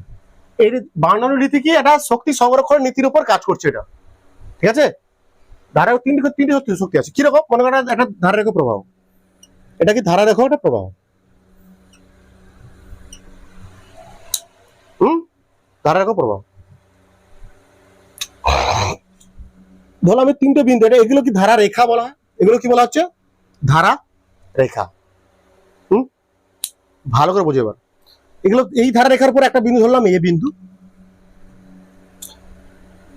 এটা ধরলাম বি বিন্দু, এটা বললাম সি বিন্দু।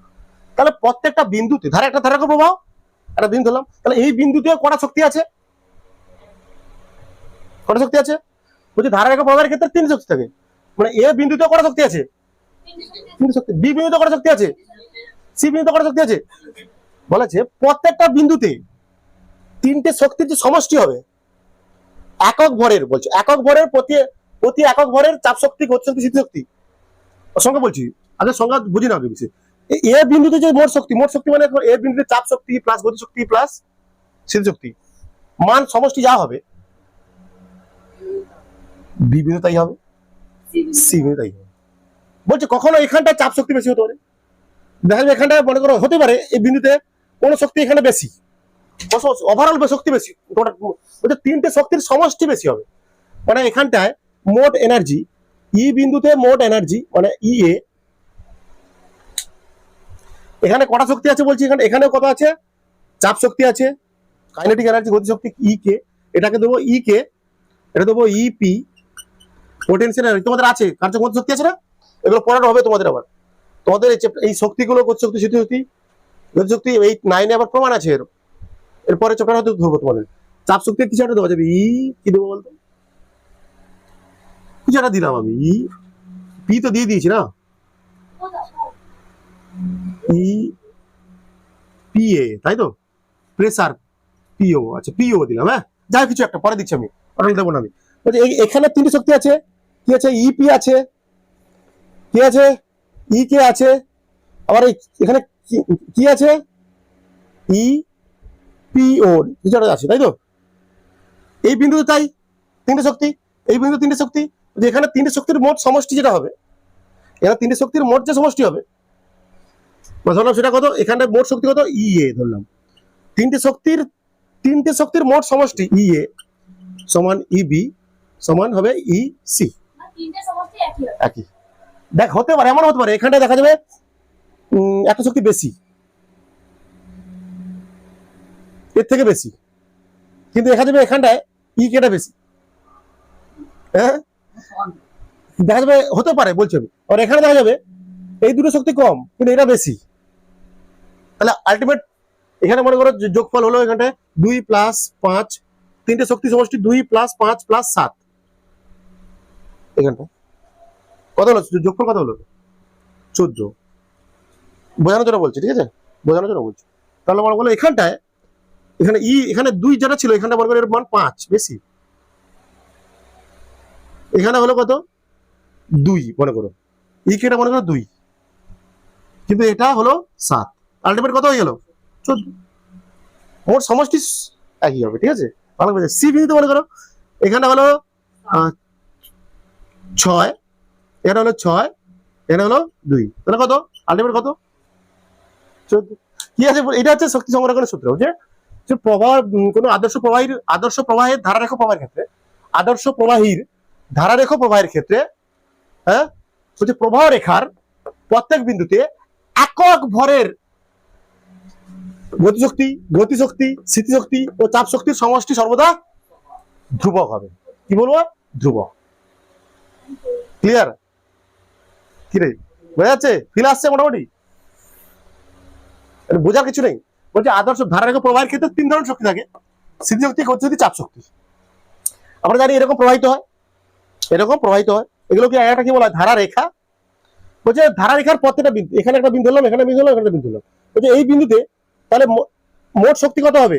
এই 3টে শক্তি যোগফল, এই 3টে শক্তির যোগফল যা হবে এখানটায় ধরলাম যোগফল হয়েছে মনে করো, বি বিন্দুতে কত মোট শক্তি কত হবে? এই 3টে শক্তির যা হবে সব সমান হবে, ওই জন্য বলেছে ধ্রুবক। দেখো কি বললাম, দেখো দেখো সবাই দেখো, আদর্শ প্রবাহীর নীতিটা একদম, বানানের নীতিটা একদম লিখছি, বিবৃত করো, বানানের নীতিটা বিবৃত করো। হ্যাঁ ওইটাই নীতি। আদর্শ প্রবাহীর ধারারেখ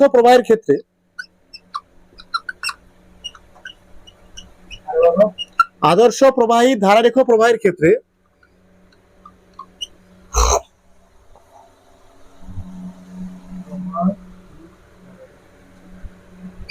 প্রবাহ রেখার প্রত্যেক বিন্দুতে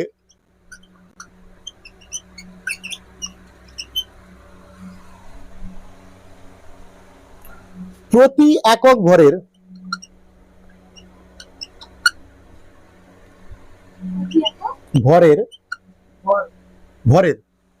প্রতি একক ভরের ইম্পর্টেন্ট আছে, এটা বলে দিচ্ছি এখন থেকে আমি।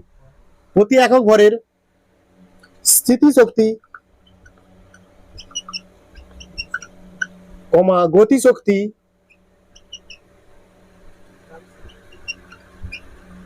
ও চাপ শক্তির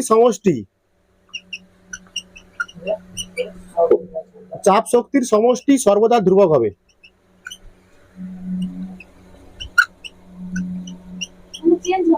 না, ধ্রুবক বললাম না, যেটা বললাম এটা রেখা এখানটা যে মোট যে চাপ শক্তি, প্রতি একক ভরের মোট যে শক্তি মানে এই 3টে যোগফল, এখানে যা হবে এ বিন্দুতে, এখানে যা হবে সমান। এটা হচ্ছে আদর্শ প্রবাহের ক্ষেত্রে, অবশ্যই ধারারেখ প্রবাহের সময়, অশান্ত প্রবাহের সময় নয়, ধারারেখ প্রবাহের সময়। প্রবাহ রেখার প্রত্যেক বিন্দুতে প্রতি একক ভরের স্থিতিশক্তি, গতিশক্তি, চাপ শক্তি সমষ্টি সর্বদা ধ্রুবক হবে বা ধ্রুবক হয়। ক্লিয়ার? এটা আমরা প্রমাণ করবো এবার, প্রমাণ করবো, বুঝতে পেরেছ?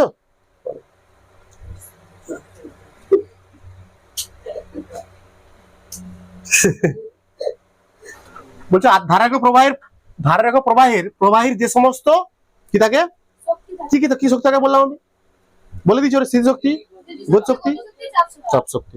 বার্নৌলির উপপাদ্য কি বলছে? বার্নৌলির উপপাদ্যটা কি আরেকবার লিখে দিচ্ছি, তারপর লিখছি হবে। যখন উপপাদ্য প্রমাণ করতে বলবে না, সূত্রটা আরেকবার লিখে নিবি। কি বলছি আমি? যখন বলবে ব্যাখ্যা করো সূত্রটা, বিবৃতি করলে শুধু সূত্রটা লিখবি। যদি প্রমাণ করো, প্রতিষ্ঠা করো, ব্যাখ্যা করো, তখন সূত্রটা লিখে প্রমাণ করবে। কি বলছি আমি? সূত্রটা লিখে প্রমাণ করবে। কি লিখবে? সূত্রটা লিখবে তোমরা, এখানে সূত্র লিখবে বা নীতিটা লিখবে, নীতিটা এখানে লিখে নেবে। নীতিটা লিখবে কি, আমি শর্টে লিখে দিচ্ছি, প্রতি একক ভরের, শর্টে লিখে দিচ্ছি, হ্যাঁ, মেন জিনিসটা ওইটা, কিন্তু প্রতি একক ভরের স্থিতিশক্তি, গতিশক্তি ও চাপ শক্তির ওই তো চাপ শক্তির সমষ্টি সর্বদা ধ্রুবক হবে। তাহলে আমরা এক একটা করে বের করবো, স্থিতিশক্তি বের করবো, চাপ শক্তি বের করবো, গতি শক্তি বের করবো। আগে আমরা ছোট ছোট গুলো করি, এগুলো ছোট। 1 নম্বর মধ্যে লিখো স্থিতি শক্তি,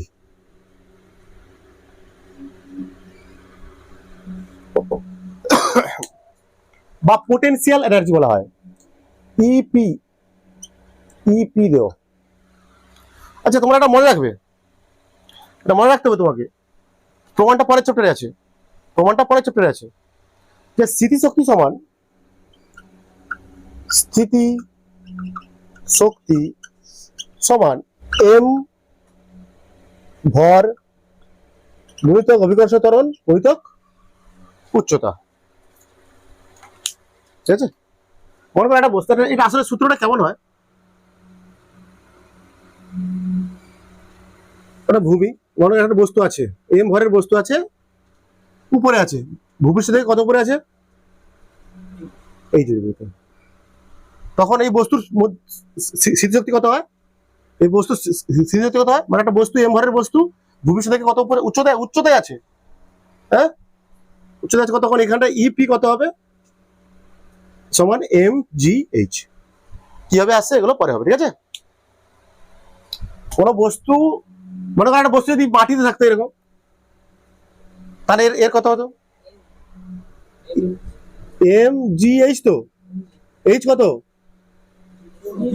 তাহলে স্থিতিশক্তি কত হবে, তাহলে একটা বস্তু যদি মাটির উপরে থাকে, ভূপৃষ্ঠের উপরে থাকে, তার স্থিতিশক্তি কত, এগুলো আসবে পরে, পড়ানো হবে আবার, ছাড়ো।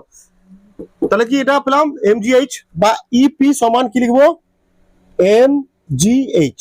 এখানে কি বলেছে, প্রতি একক ভরের, মানে কি করতে হবে এটাকে, ভর দিয়ে, মানে এম ভর মানে কি, তাহলে এম দিয়ে কি করতে হবে, ভাগ করতে হবে। হ্যাঁ এখানে সংখ্যা দেওয়া আছে তো, শুধু স্মৃতিশক্তি না, কিন্তু কি বলছে প্রতি একক ভরের স্মৃতিশক্তি, কেন বোঝাচ্ছে, এই জন্য এম দিয়ে কি করতে হয়েছে, আমাকে ভাগ করতে হয়েছে। এম এম কেটে গেছে, পড়ে আছে কত, পড়ে, তাহলে কি পড়ে থাকবে, ইপি বাই এম সমান কত, G H.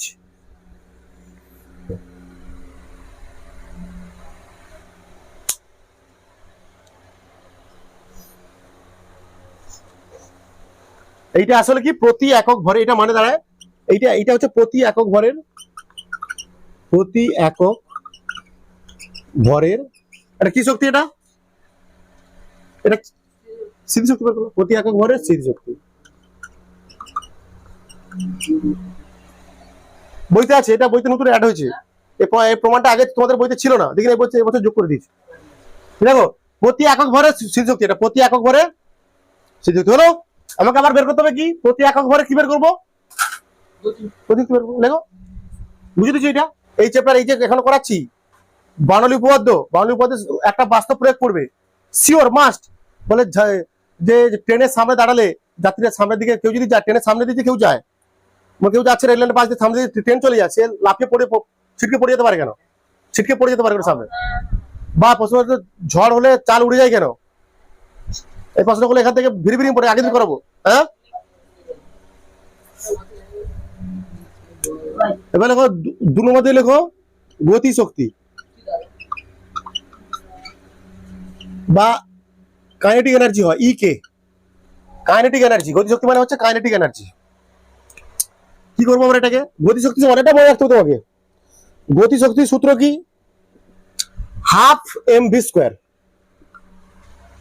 Half into M V square. প্রমাণ পরের চ্যাপ্টারে, এর প্রমাণ পরের চ্যাপ্টারে হবে তোমাদের, হাফ এম ভি স্কোয়ার। তাহলে ইপি সমান কত, ইপি না ই কে সমান হাফ এম ভি স্কোয়ার। এবার কি বের করতে বলছে, একক ভরের গতিশক্তি, মানে এম দিয়ে ভাগ, ভর দিয়ে ভাগ, ভর দিয়ে ভর মানে তো এম, তাহলে এটা কত হবে, 1/2 M V square by M, মানে এম এম কেটে গেল, এম এম কেটে গেল, তাহলে কত হবে, এটা হাফ ভি স্কোয়ার। ঠিক আছে, ক্লিয়ার, এম এম কেটে গেছে তো, তাহলে এইটা হবে প্রতি একক ভরের, প্রতি একক ভরের গতিশক্তি।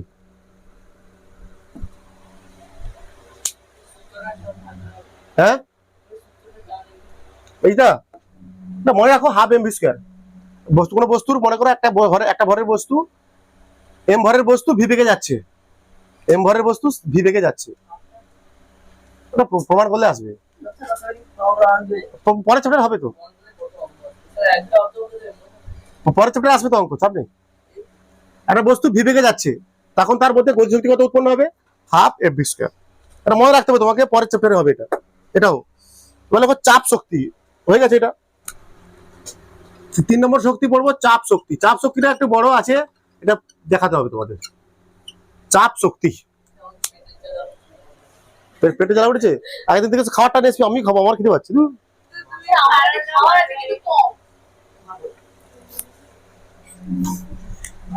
আচ্ছা একটা তরল তো, একটা পাত্র আঁকলাম আমি, হ্যাঁ ঠিক আছে। পাত্র এখানে ছোট্ট একটা ফুট ছিদ্র করা রয়েছে, একটা পাত্র, এটা একটা তরলের পাত্র, ছোট্ট একটা কি রয়েছে এখানটায় ছিদ্র রয়েছে, ঠিক আছে। হ্যাঁ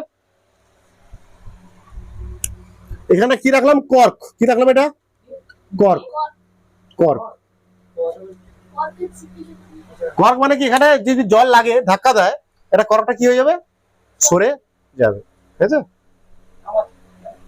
হয়ে যাবে। এবার কি করবো? আমি এখানটা জল ঢালবো। কি ঢালবো?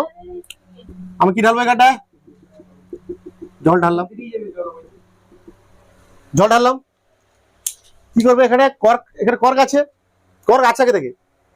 জলটা কি করবে? তরল, এখানটায় তরল কি করবে? কি করবে বলতো? এই কর্কের উপর কি করবে? ঘাত বল দেবে, ঘাত প্রয়োগ করবে, চাপ না, ঘাত দেবে, ঘাত তারপর চাপ। আগে ধরো কি, আগে কি দেবে? বল দেবে তো। বল প্রয়োগ করলে এখানটায় কত বল প্রয়োগ করছে মনে করো, এখানটায় কত বল? এই বল প্রয়োগ করলে, ভালো করে বোঝার চেষ্টা করো, যদি বল প্রয়োগ করে কর্কটা কি হবে? সরে যাবে। মনে করো কর্কটা সরে এসে কোথায় এলো? কর্কটা সরে এসে এই কোথায়? এখানটায়, এখানে। আরে বাবা, আর ফাঁকা ছিল, ঠিক আছে। এসে এসে থেমে গেল, মনে করো। তারপর বলা আছে, মনে করো এখানে কতটা সরেছে, মনে করো এখানে ডিএক্স কত, অনেক ছোট্ট দূরত্ব, ছোট্ট ছোট্ট ছোট্ট ছোট্ট। ভালো করে রাখবি ছবিগুলো, ছবিগুলো ভালো করে রাখবি, হ্যাঁ এটা রাখতেই হবে।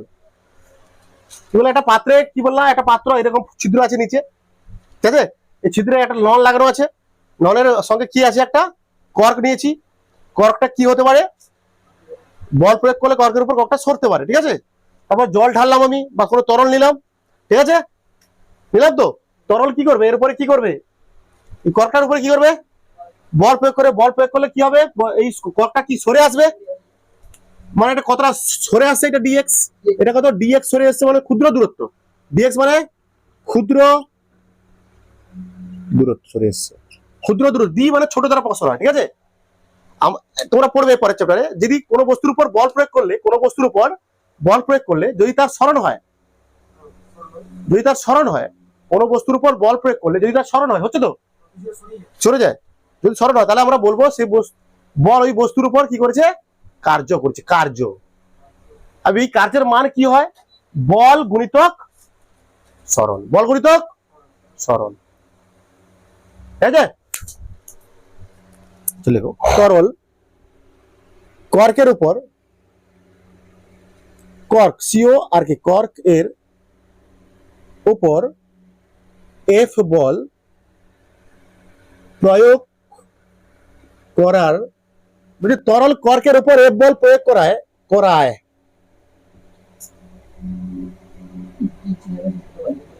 ডিএক্স দূরত্ব সরেছে, তাই তো, সরেছে। তাহলে এখানে কার্য সমান হয়, কার্য সমান মনে রাখবে, কার্য সমান কি হয়? বল গুণিতক স্মরণ। কার্য মানে ডব্লিউ। এখানে কত বল প্রয়োগ করা হয়েছে আর কতটা স্মরণ হয়েছে? ডিএক্স, এফ ডিএক্স বলবো। কি বলবো? এটা কার্য সমান এফ ডিএক্স, বুঝা গেছে। একটা জিনিস মনে রাখবে তোমরা, কার্য আর শক্তি পরস্পর নির্ভরশীল এবং রূপান্তরযোগ্য। পরস্পর দেখো, কার্য এবং শক্তি নিচে লিখে দাও। একবার মনে রাখবে, কার্য এবং শক্তি পরস্পর নির্ভরশীল এবং রূপান্তরযোগ্য। তার তার জন্য কি বলবো এখানটা, এই যে কার্য বেরিয়েছে কত এফডিএক্স, তো কার্যটাই কি আসলে এখানটা শক্তি। ক্লিয়ার? আগে বলেছিল মনে না, ওই কি এখানে কার্য বের করেছি, তরল কি করছে কর্কের উপর এফ বল প্রয়োগ করছে, তার ফলে কর্কটা কত সরিয়েছে ডিএক্স। হ্যাঁ, ডিএক্স মানে কি ক্ষুদ্র দূরত্ব সরেছে, ক্ষুদ্র পরিমাণ। তাহলে আমরা জানি যে কোনো বস্তুর উপর বল প্রয়োগ করলে যদি তার সরণ হয়, আমরা বলি বল ওই বস্তুর উপর কি করেছে, কার্য করেছে। এই কার্যের মান কি হয়, যতটা বল প্রয়োগ হয়েছে তত সেটা গুণিত যতটা সরে গেছে সেটা। এইটা কনসেপ্ট, এগুলো 7 কনসেপ্ট। তাহলে এখানে কার্য গুণিতক বল গুণিতক, কার্য সমান বল গুণিতক সরণ, তোমাদের 7 ছিল বইগুলো দেখবে। ডাব্লিউ সমান এফ ডিএক্স, ঠিক আছে। তারপর পরের পয়েন্ট, এটা ইম্পর্টেন্ট গুলো, নাহলে আমি এটা লিখতে পারবো না, যে এখানটা কি কার্য শক্তি পরস্পর কি রূপান্তরযোগ্য বা নির্ভরশীল, বা এখানে লিখবো তাহলে পাশে লিখতে পারো কার্য সমান কি এখানটায় শক্তি। এখানে শক্তি মানে চাপ শক্তি, তাহলে এখানে চাপ শক্তি সমান কত লিখতে পারি, এইটা লিখতে পারি এফ ডিএক্স, লিখতে পারি তো। আচ্ছা, আমরা জানি কি চাপ সমান কি জানি, বল বাই ক্ষেত্রফল। তাহলে এফ সমান কত হবে, পি ইনটু এ, তাই না? লিখে বলো, পি বসিয়ে দাও, জায়গায় বসিয়ে দাও। তাহলে আমরা লিখবো পি এ ডিএক্স, নাকি নাকি রে, চাপ শক্তি সমান পি এ ডিএক্স। আচ্ছা দেখো, এ মানে কি ক্ষেত্রফল। আচ্ছা, আমরা জানি আয়তন মানে কি জানি, বল আয়তন মানে দৈর্ঘ্য গুণিতক প্রস্থ, এই তো। তাহলে এটা এল গুণিতক বি মানে কি, এখানে এ ইন্টু এইচ মানে কি হয়, অ্যাকচুয়ালি আয়তন হয়তো বি হয়তো, আয়তন সমান এটা। আচ্ছা, এখানে এ মানে ক্ষেত্রফল, তার সঙ্গে আরেকটা কিছু গুণ আছে, একটা কি গুণ আছে ডিএক্স, বা ডিএক্সটা কি আসলে ক্ষুদ্র দূরত্ব। তাহলে এটা এ ডিএক্স মানে আমরা কি লিখতে পারি, মানে এই অংশের আয়তন কত, কতটা সরেছে, তাহলে এই অংশের আয়তন বের করতে পারছি আমরা, কি এখানে আয়তন না, এই অংশের ক্ষেত্রফল মানে কত, এখানে এ বেরিয়েছে, আমরা চাপ সমান এফ বাই এ সূত্র থেকে বের করেছি আমরা। তাহলে চাপের বলের জায়গা কত লিখেছি, F P A into DX, আবার এখানে A into DX, A into DX মানে ক্ষেত্রফল ইন্টু ডিএক্স, ক্ষেত্রফল ইন্টু ডিএক্স। এখানে বেরোবে এই অংশের কি বেরোবে, আয়তন। কার আয়তন বেরোবে, এইটুকু অংশের আয়তন, এইটুকু অংশের আয়তন কত বেরোবে, ডিভি।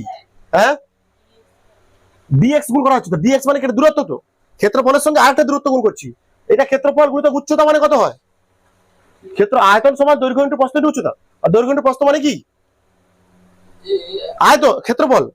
আর ক্ষেত্রফল ইন্টু উচ্চতা মানে কি আয়তন, এখানে ক্ষেত্রফল মানে ক্ষেত্রফল, উচ্চতাটা হচ্ছে কি এখানটা ডিএক্স, আবার ক্ষেত্রফলের সঙ্গে কি গুণ করছে, এখানে কি আছে উচ্চতা আছে, এখানে ডিএক্স আসলে কি এখানটা কতটা সরেছে, তারা উচ্চতা, এই অংশের উচ্চতা বলতে পারো ধরে নিতে পারো, এখানে এই অংশের উচ্চতা। হ্যাঁ, তাহলে এখানে ক্ষুদ্রতম অংশ, তা ক্ষুদ্র অংশের আয়তন, এটা এখানে এ ডিএক্সটা কি আসলে ক্ষুদ্র অংশের আয়তন। ক্ষুদ্র অংশের আয়তন মানে কি, আয়তন মানে ভি, ক্ষুদ্র অংশের আয়তন কত হবে ডিভি, ক্ষুদ্র অংশের আয়তন কত হবে ডিভি। আচ্ছা, এখানে পি সমান লিখবো ডিভি, ডিভিটা এখানে কি তুমি এভাবে লিখতে পারো, ক্ষুদ্র ডি হচ্ছে এখানে ক্ষুদ্র অংশের আয়তন, ডিভি সমান ক্ষুদ্র আয়তন, ডিভি সমান কি এখানে ক্ষুদ্র আয়তন।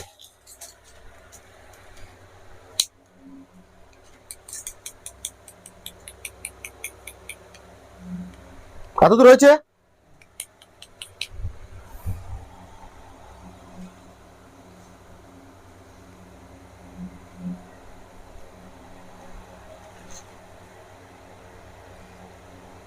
এটা বুঝতে পারছিস কি, এখানটায় এ ডিএক্স সমান ডিভি কেন লিখলাম, হ্যাঁ, ডিবি কেন লিখেছি?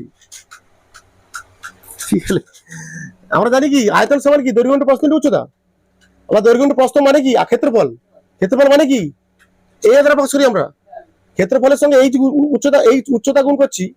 উচ্চতা মানে কি একটা দূরত্ব, তো উচ্চতা দূরত্ব গুণ করলে কি পাই? সেই আয়তন পাই। এখানে এ মানে কি ক্ষেত্রফল, এখানে ডিএক্স টা আসলে কি এইচ। কেন ক্ষুদ্র অংশ, এটা এই অংশটা কি ক্ষুদ্র অংশের আয়তন, ক্ষুদ্র আয়তন, ক্ষুদ্র অংশের আয়তন, ক্ষুদ্র আয়তন, এটা দেখো ক্ষুদ্র আয়তন। এটা কি পেলাম আমরা? আচ্ছা লাস্ট কি হলো রে? চাপ শক্তি সমান কি পেলাম? কি পেলাম? তার সাথে কি পেলাম? আল্টিমেট মানটা কি পেলাম? পি, এইটাই তো আমাকে বের করতে হবে কি একক ভরের চাপ শক্তি। একক ভরের মানে চাপ শক্তি বাই কি ভর মানে এম। লিখেও কত ভাগ করতে হবে? এম দিয়ে। আচ্ছা আমরা জানি ঘনত্ব সমান কি হয়? ঘনত্ব সমান ভর বাই আয়তন। ঘনত্ব মানে কি রো, তাই তো? এখানে ভর মানে কত? এম। এখানে আয়তন মানে কি? এখানে কি লিখতে পারি? ডিভি লিখতে পারি, কারণ এখানে যেহেতু আয়তন ডিভি ছোট অংশের জন্য। পুরো ক্লিয়ার হচ্ছে তো? তাহলে এখান থেকে আমরা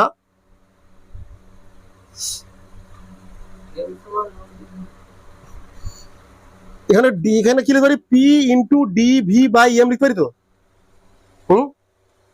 একই তো, আলাদা করে দিয়েছি। আচ্ছা ডিভি বাই এম মানে কত হবে? এখানটা উল্টো আছে, তাহলে উল্টে দাও। ডিভি বাই এম মানে কত হবে? এটা উল্টে যাবে 1 বাই, বুঝতে পারলি? এটা ঘনত্ব সমান এম বাই ডিভি, এটা জানিস তো? এখানে কি তো আছে? এখানে কি আছে? ডিভি বাই কত আছে? এখানে কিন্তু এম বাই কি কত আছে? ডিভি। তাহলে এটাকে উল্টে দাও, আমাকে করতে হবে ডিভি বাই এম। নিচে নিচে 1 বাই রো।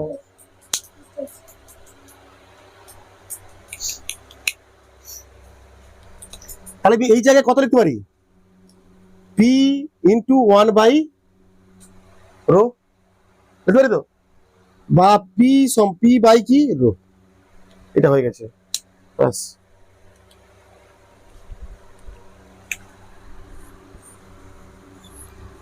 এইটা হচ্ছে একক ভরের চাপ শক্তি।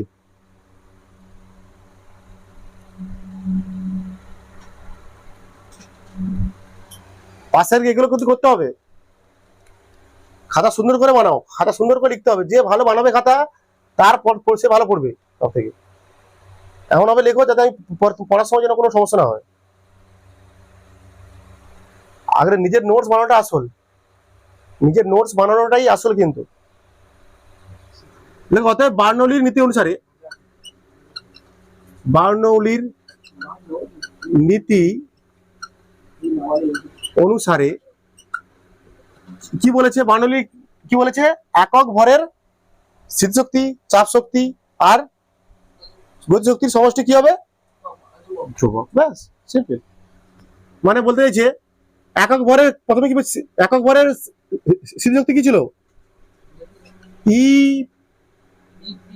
E P by M plus EP EK by M plus তিনের শক্তি যোগফল তো, তাই না?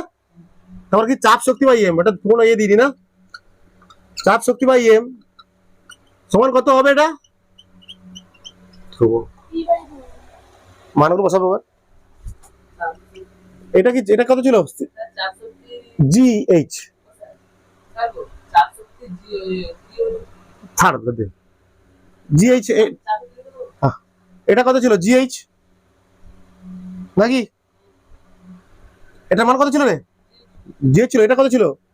হাফ ভি স্কয়ার নাকি? এটা কত বেরোলো? পি বাই রো সমান কত? ধ্রুবক। এটাও রাখতে পারো, এটাও মনে রাখতে পারো, বা এটাকে কি করতে পারিস? রো দিয়ে গুণ করে দিতে পারিস। রো দিয়ে গুণ করে দিলে হয়ে যাবে কি? রো দিয়ে গুণ করে দিলে হয়ে যাবে, রো দিয়ে গুণ করে হয়ে যাবে সব কাটাকে। একে রো দিয়ে গুণ, একে রো দিয়ে গুণ, একে রো দিয়ে গুণ, একে রো দিয়ে গুণ। নিচে আছে বলে বলছে, হ্যাঁ লসাগু বলে। গুণ করে দিচ্ছি, রসাগু করার মতো। হ্যাঁ rho G H plus half rho V square plus শুধু পি, আর ধ্রুবকের সঙ্গে রো গুণ করে কি হবে, সেই ধ্রুবকই থাকবে। কি থাকবে? এটাও মনে রাখতে পারো, এইটা হচ্ছে তোমার বার্নৌলির নীতির গাণিতিক রূপ।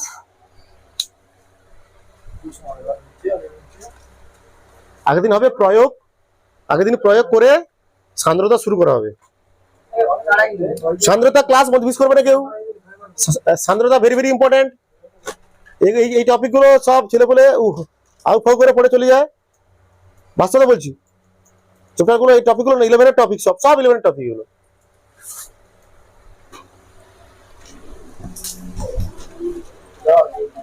ভালো করে পড়াশোনা করো। আচ্ছা এইটুকু থাকলো, আগের দিন পড়ানো হবে তোমাদের এই বার্নৌলির নীতির কিছু বাস্তব ঘটনা এবং তার ব্যাখ্যা, কিছু বাস্তব ঘটনা এবং তার ব্যাখ্যা করবো। স্যার আজকে 3 পেজ।